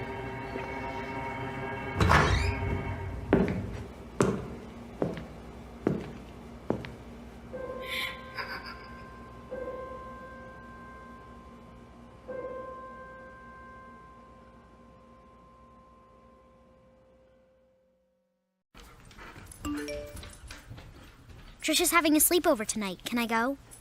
I wonder about Lucy's friends. What should I say? I know you're only 10, but one of these days a friend will offer you a drink. And alcohol at your age can lead to so many things. None of them good. So can I go to the sleepover? Lucy, I want you to promise me I something. finished my homework. Bigger promise. If there's any drinking, I want you to say, "No thanks, not my thing." Mom. I promise you, your real friends won't care. Deal? Sure. Really? I promise, Mom. They really do hear you. Did you pack your toothbrush? For tips on how to start the talk, visit underagedrinking.samhsa.gov. A public service message from the Substance Abuse and Mental Health Services Administration.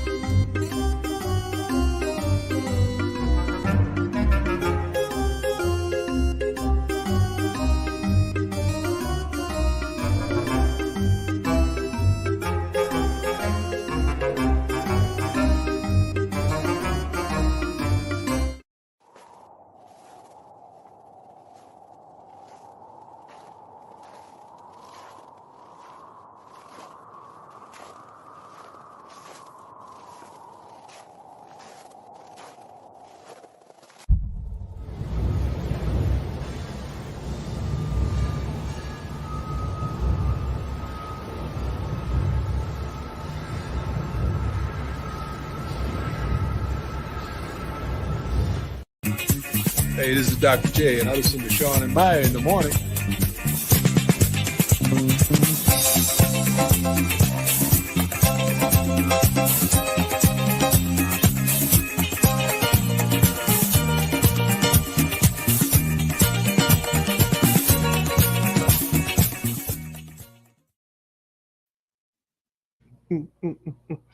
Welcome back to this Monday edition of Second City Sports. We're live in living color right here on Sports Zone Chicago. I'm Sid. That's Lakina. You can follow yours truly on the Twitter, X, and the IG at SidKid80. Once again, it's SidKid80. That's SIDKID80. SIDKID80. You follow my Kingdom McGee on the Twitter, X, and again, the IG. This is our last segment of the show for today. So, if you have any last minute questions, comments, or any other thoughts regarding the sports and entertainment world, you can always hit us up at Sports Zone Chicago's Facebook page or at Sports Zone Chicago on YouTube. Type in those questions or comments to the comment section. Lakina will get them up on the screen for you. All right, so let's we got about a little over a week. Actually later this week, the college football season starts. Week 0 coming up. We're actually gonna have one of our favorites to help preview it. Next week. Well, you guys got to tune in to see who it is, and just got to keep listening. I'm not gonna tell you guys just yet, but yeah, the rankings have come out, and not a big surprise. I mean, look, Georgia's number 1 in both polls. Then you got Ohio State, Oregon, the newest member of the Big Ten, Texas, Alabama, Ole Miss, Notre Dame, Penn State, Michigan, the defending champs, and Florida State. They're actually in action coming up on Saturday. That is your top 10. Missouri, which of course made inroads last year. Utah, LSU, Clemson, Tennessee, Oklahoma State, Kansas State, Miami, Texas A&M, Arizona, Kansas, USC, NC State, and Iowa. That is your top 25 in the AP. So, Sid, any issues with those rankings? Not really. Like I said, we'll dive deeper into it with our special guest at this around this time next week on the show. But just a couple of observations here.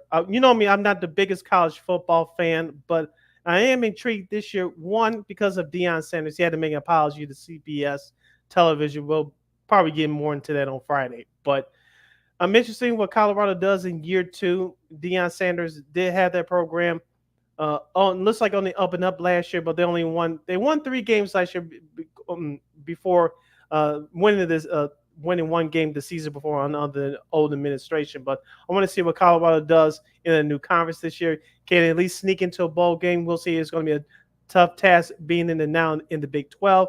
And number 2, with that 12-team college football playoff, how many teams there's not going to be any limits on how many teams per conference will participate in the playoffs. So I think that's an element that fans should watch out for.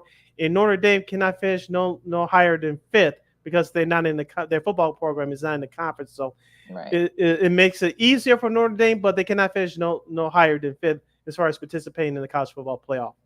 Yeah, that's sort of the new with the new expanded playoff. That's why they got that little ash there. Now it's going to be interesting to see. You're seeing Stanford and Cal in the ACC. That should be that ought to be interesting. And of course, you also have SMU in that conference still. I mean, just so much confusion here. But we talked about the Big Ten, of course, with USC, UCLA, Washington, And Oregon, of course, Oregon, you gotta say people are going to be probably going to be in between them and Ohio State for the Big Ten, I'm guessing. No more East-West division, so it's basically like the top two, whoever will go to the championship game. In the Big 12, you got both the Arizona schools. You got Utah. You got to think they're the favorite. They were Cam Rising back. Just a lot of confusion, I guess, with some of these conferences. I mean, I'm seeing some of them, like my head spinning. You know how I feel about this. So all this stuff, it's just going to be head spinning, I guess, to say the least. I will say this too, Lakina, regarding to the conference title games. There's going to be more at stake with these conference title games this year. There's going to be more merit put on these conference title games this year in terms of ranking and seeding when it comes to the college football playoff. I want to see how the committee will actually handle this when that time finally comes. Well, of course, you have Oklahoma and Texas. Excuse me, now in the SEC. So going to be very interesting there, to say the least. Yeah, like I said, the conference, these conference championship games is going to hold more weight. We'll see how the committee will play it, because it's going to come down to seeding. If Michigan or Ohio State or Oregon wins the Big Ten, will the point differential be a difference, or will the fact that they dominated in their conference championship win, will that be a factor? And number two, here's the other point I wanted to bring up. How many losses will it take will it be the dividing line, if you know what I mean? Will it be 2 losses? Will we have a 3-loss team in the playoff? It's going to be tough. Yeah, it's going to be the $1 million question. So if you're going to see perhaps maybe a team with that goes like 8-3 or 10-3 or whatever, and or maybe you make it a 4-loss team. You know, you may have a 4-loss team that has a good schedule, and everyone else loses around them, and then they were to sneak back in and they win the conference championship. How much, like you said, how much weight will that play? Will it be a conference champion and maybe a couple wild cards? I mean, that's really going to be the thing here. Look, look, a lot of y'all wanted this, so we'll see if it's a big. This would be the best thing that happened to college football, or it's going to be one of those be careful what you wish for type of deals. So we'll see what happens. It's going to be crazy, man. That's for sure. And I'm all here for it. Yes. Bring on the craziness now. Of course, the Chicago Sky couldn't get their revenge against the Mercury on the road yesterday. Now, they did keep it close for a little bit, but Diana Taurasi, 42 years young and all, she was able to kind of get it going there for the Mercury as they held off the Sky. Yeah, the Sky is still going through their identity of being a tough team. Angel Reese is still doing her thing. Of course, you had to give head coach Teresa Rutherford credit for trying to keep that team together. But with some of these games that are coming up, they're going to be at a mismatch. I know they traded my girl, Miss Maureen Mabry, to the Connecticut Sun as they were looking for some additional 3-point shooting. So for the Sky, can they hang on to that last playoff spot? I know the Indiana Fever has an edge up on there right now. And Caitlin Clark had a great game this weekend. I know she slammed her fist against the backboard stations, and referees called it for a technical foul. Of course, she explained that after the game it was a frustration on her own self and not against the referee. But it's going to come down to the Sky and the Fever who's going to grab that last playoff spot. If I had to choose today, I think it's going to be the Fever. Yeah, I mean, if you want, if the 3-point shooting is really the thing, and I think they do play one more time. I believe so. I think it's next week. Don't quote me, but I think it's next week.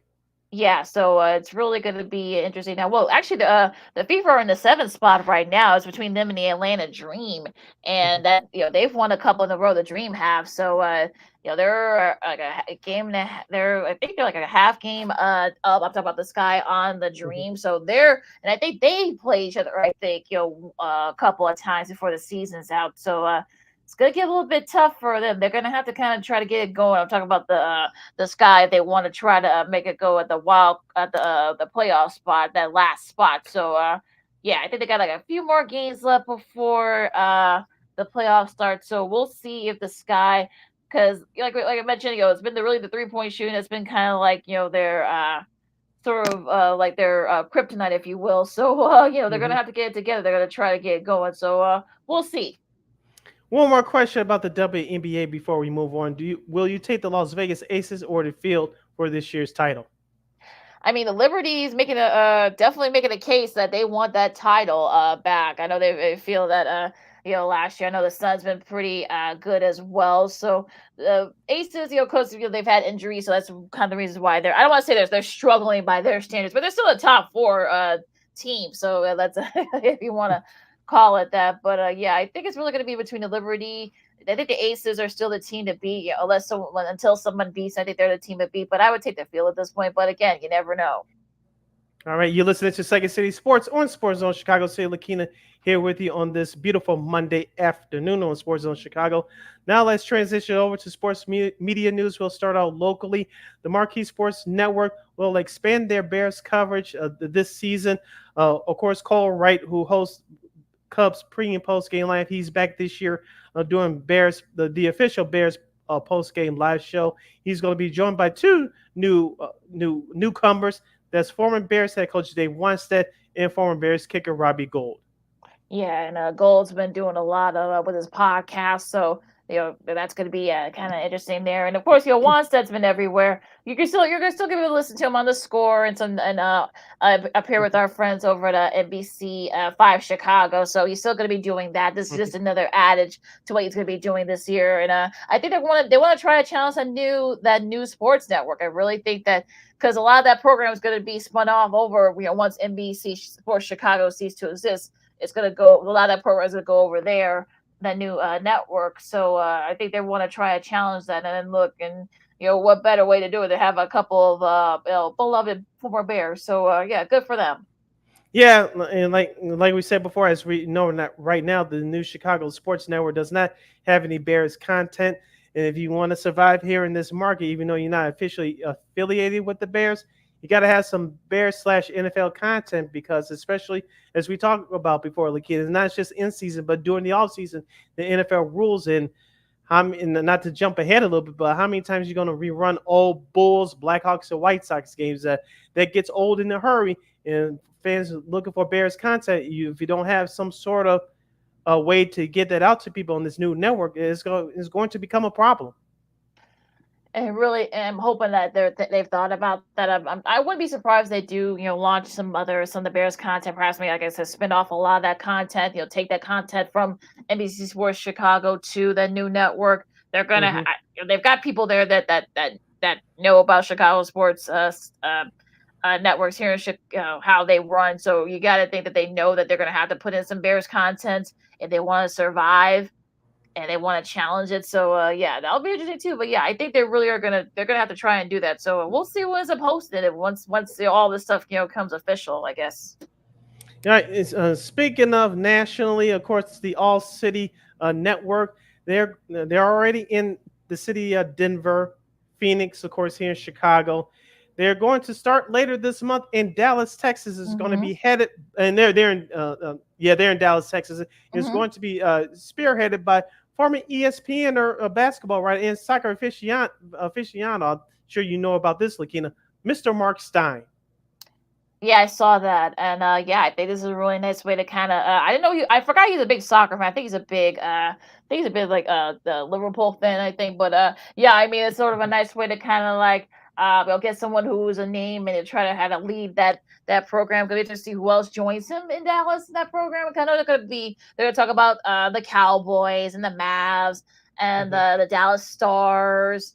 And I'm sure they're going to talk about a lot about college sports as well, because you're right there in Big 12, and also too if you want to Oklahoma and Texas, in that country and that part of the country as well. So this the Dallas is a pretty prime spot for sports. So yeah, I mean, I'm sure it'll do as well as it's done the other cities, including here in Chicago.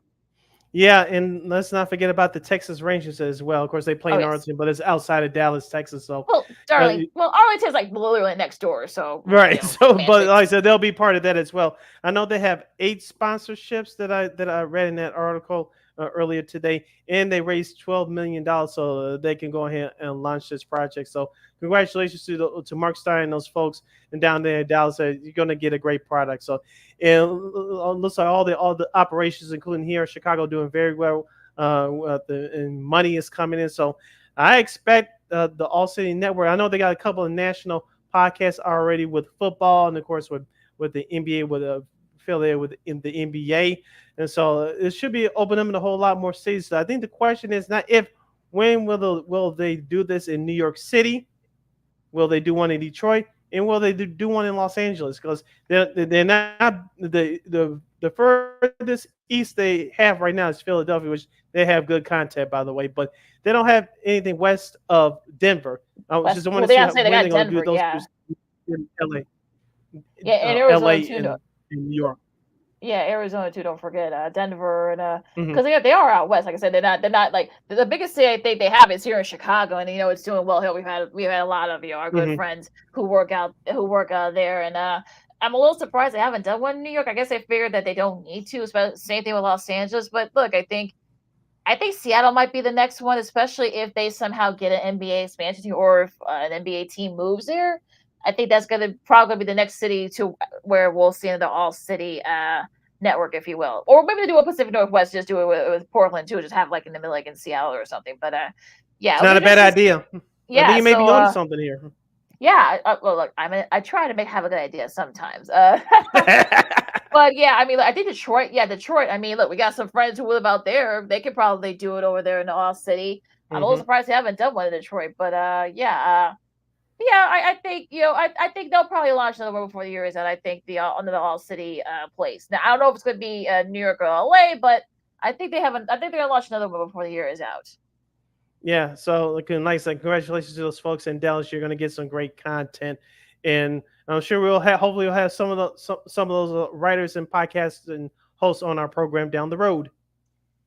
Yep. And real quick, golf. The first tournament of the FedEx Cup had concluded, and Mr. Hideki Matsuyama gets his I believe it's his fifth PGA Tour win.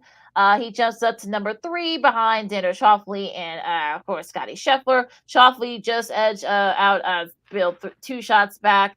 And Victor Hovland tried to make a go at it, but just didn't have the holes left. Scotty Scheffler finished in the top 5 as well. It's gonna get a little bit interesting there these next few weeks during the FedEx Cup, but yeah, that 10 million annuity is up for grabs, folks. Yeah. And speaking of golf news, I read also too that Live Golf is trying to re-up with the CW Sports.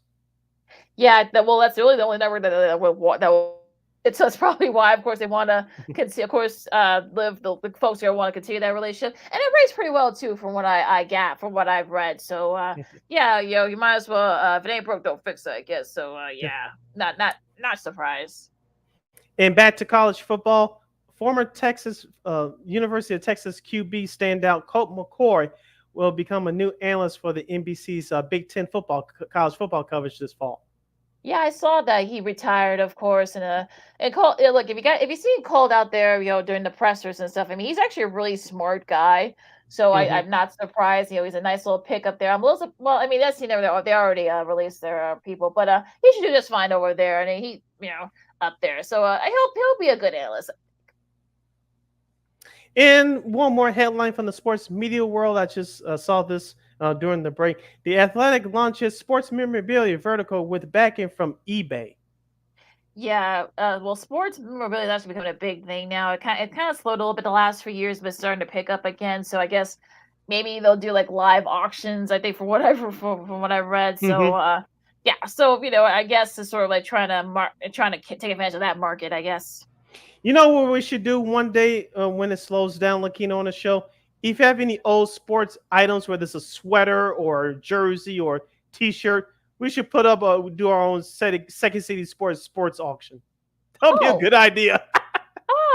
Keep that in your back pocket. Yeah, I'll say we'll keep that. Well, we got a clip, so we'll keep that that idea in our back. That's actually not a bad idea. So yeah, we can get some of our colleagues and friends of the show, us, Christine, maybe Maggie Hendricks, or some of the other folks that want to participate.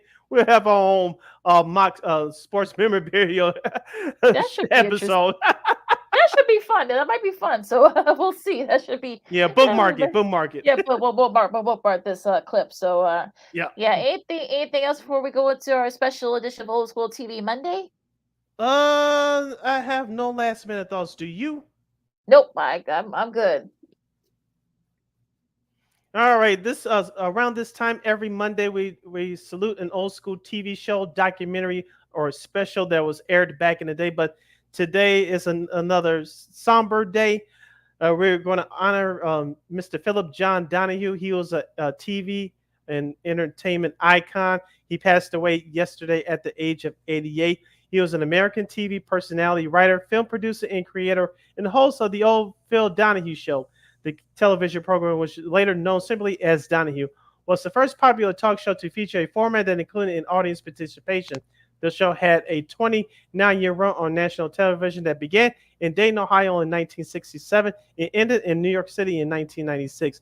Donahue's shows often focused on issues that divide liberals and conservatives in the United States, such as abortion, consumer protection, civil rights, and war issues. His most frequent guests was Ralph Nader, who Donahue campaigned in 2000. Donahue also briefly hosted a talk show on MSNBC from July 2002 until March of 2003. Donahue was the most influential talk show host and was often referred to as the king of daytime talk, Oprah Winfrey said over the years. If it weren't for Phil Donahue, there would never have been an Oprah Winfrey show, end quote. In 1996, Donahue was ranked number 42 on TV Guide's 50 greatest TV stars of all time. He has a Lifetime Achievement Award from the Daytime Emmys. I believe he won, I think, multiple Emmys as well for his work there. And he kind of was definitely the trailblazer for not just daytime talk shows, but also all of daytime and all of talk shows in general, because I don't want to say that was that really wasn't a thing back then in the late 60s. And they took a chance, a lot of these affiliates, and they were able to make a nice little 29-year run of it. And it was definitely one of those days where it kind of led the way for the Oprahs, the Sally Jesse Raphaels, the Geraldos, and those kinds of shows. Of course, eventually Richard Bay. Yeah, well, oh Lord. But of course, Ricky Lake. That too. Ricky Lake, Montel Williams, Rolanda. So it kind of led the way for all those shows. And he was the kind of guy that was he kept it straight to you. He wasn't going to be BS yet. And one of his most controversial topics was when you talked about race. He had the Ku Klux Klan there, which was considered taboo, way back when. He had mobsters on his show, believe it or not. And someone actually, said this before we started recording. Someone actually posted from an early 90s with Two Live Crew. Remember that episode, folks? And you saw Nasty as they want to be. And I'm sure, and for what I think he did an interview years ago, but he said that some of the affiliates were kind of like, were a little, they didn't want to air the episode initially. So but it was interesting. But yeah, he wasn't afraid to go against the grain and kind of just wasn't afraid to go there. Of course, he and his lovely wife and actress and activist Marlo Thomas survived him, and also 5 kids from his first marriage. But they were definitely different in a lot of ways. He was more conservative. Of course, she's very liberal, and they made it work. So it was pretty cool, their relationship. I know that they're having the Marlon, the kids are having a tough time. But he was definitely the trailblazer for talk shows, period. We would not have those talk shows that were for Donahue. Nowadays, I don't know if a Donahue can work in these times, but maybe, I don't know. I'm not gonna say it's not needed, but the way the society is now is too sensitive and too on edge. I don't think it will go through. It's needed, but I don't think it will go through. But just a couple of notes here. In January of 1970, the Phil Donahue Show entered nationwide syndication.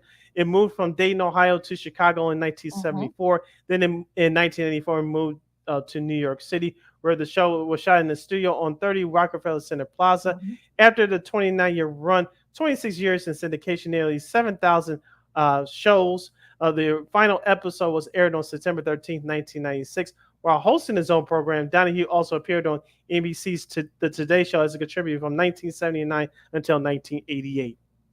Well, yeah, I think he filmed when he was here in Chicago. He did film the show in what ended up being Oprah's studio. So that little did you know there? But he Ohio to Chicago, now to New York. Now it was sort of one of those things where he kind of changes with the various cities. He did travel all over to promote the show and such. So he was kind of like that guy. And I think that I don't think people really appreciate, what a how big it was, for him to have a daytime talk show, because it was unheard of back then. So to kind of lead the way there. Now, of course, like you said, so nowadays, it's probably not needed. Probably, look, you can just go on, social media and such if you want to promote something. But he, like I said, he wasn't afraid to talk about those hardcore issues that most people were afraid to talk about.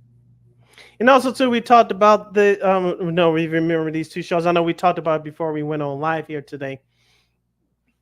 Excuse me. And I think both these episodes are still up on YouTube, but the Minister Louis Farrakhan's episode where he had him on, that's on YouTube for sure. So for those of you who have extra time today, go look it up. And he had Dick Clark, the late great Dick Clark, on his show the year prior to Bandstand going off the air. And this was the year that Dick Clark got his hour back, and we remember we honored the show last year. Bandstand was on US. This is prior to Bandstand going on USA. Of course, it got canceled in October 7th, 1989. So he had him on the show prior to the Bandstand being canceled, and they talked about how MTV basically took over the market. MTV, basically got that show off the air because of the new ways that music videos were promoted, and so Bandstand was no longer needed. So, and I talk about the Minister Louis Farrakhan episode. Yes, it was very controversial with the topics that they discussed on that episode, but it was very much needed at the time. And he also and then look, he did have a lot of Hollywood stars on his show. He actually had a really cool episode. I think I just saw it like not too long ago with all the game show hosts. With I think Alex Trebek was on there. May he rest in peace. I believe was Bart. I don't know if Bart Barker was on there either, but yeah, he had a whole show about game shows, hosts, and such. So that was if you guys can check that out, the episode, make sure you guys check that out as well. So yeah, I think a lot. I would say not all of it, not like the really old ones, but I know that some of the ones from like the 80s and the early 90s, I think a lot of them are on YouTube. So if you guys get a chance, today or this week, check it out and see how great, and how off, and even off kilter sometimes he was. So make sure you guys check out a couple episodes of Don the Hugh this week. Yeah, and as the kids would say, he wasn't afraid to poke the bear either. Oh no, not at all. So for this for this very special edition of Old School TV Monday, we pay tribute to the television daytime host icon, Mr. Phil Donahue. All right, anything else before we disperse? I'm good. I'm ready to kick off this week in good taste, and we'll see you on Friday. All right, with that said, you follow Mike Keenan McGee on the Twitter, X, and Kids Cooking on IG. You can follow your Shirley Sydney Brown on the Twitter, X, and the IG at SidKid80. Once again, at SidKid80. That's SIDKID80. SIDKID80. Be sure to download that Sports Zone Chicago app wherever you get your apps. Follow Sports Zone Chicago on all social media platforms. Please subscribe to our podcast. We are located at War Media Podcast. That's WARR Media, PODCASTS. We are on all podcast platforms, including the iHeartRadio app. And while you're ready, please give War Media a follow at WARR Media on all social media platforms. And thank you very much in advance for your support. Like, share, subscribe, and tell your friends. Be sure to catch Second City Sports live in living color every Monday, every Friday from noon to 2 p.m. Central Standard Time right here on Sports Zone Chicago. One more again, as the kids would say. Be sure to catch Second City Sports live in the living color every Monday, every Friday from noon to 2 p.m. Central Standard Time right here on Sports Zone Chicago. Of course, we want to thank our buddy David Drogemeier for Locked On Chargers joining us today as usual. As we talked about the AFC West and the Chargers, so we're gonna keep doing with that for the next few weeks. So keep it locked here, and we'll have more people to come in to talk some NFL and even some college football too. Make sure you guys check us out. It's catch us Friday, of course, but make sure you guys out next Monday because we're gonna have somebody very special to come on to talk some college football coming Monday. So make sure you guys check that out as well. And don't forget, you can catch Sports Zone Chicago's programming 24 hours a day, 7 days a week, 365 days a year, including us here at Second City Sports on Roku TV. And we will provide. Just go to Sports Zone Chicago on your Roku app, whatever device you got, catch type in Sports Zone Chicago, catch our show, Sean and Maya, the Smoke Fellas, What's Up Cousin, a whole lot more. So you get all of Sports Zone Chicago's great content anytime Roku TV. And we're always there. And of course, you guys want to check out some Donahue episodes. Oh, he actually did one with the Dallas Cowboys cheerleaders. Now, again, I think this was like right after they won back-to-back Super Bowls, or I think after their first Super Bowl. So the episode. Is that right? I'll definitely be checking that out then. I think it was in like 1990, or maybe I think it was like 89, or I think it might be right before Jerry Jones and his family took over. It might have been after that too. I'm not sure, but just type in Donahue and Dallas Cowboys cheerleaders right there. Okay. And of course, the game show host one also too. I think that's from 1990. Bert Convey, I said Alex Trebek. Vicki Lawrence hosted Win, Lose, or Draw as well back in the day too. So we'll definitely be doing that show down the road. I remember that show. Oh, I love that show. Yeah, we definitely gotta do that down the line. So so this week check out some great episodes of Donahue. So enjoy all the sports as well. For Sid, I'm McKean. This is Second City Sports on Sports of Chicago, and we'll see you guys on Friday. Dub Bears, holla!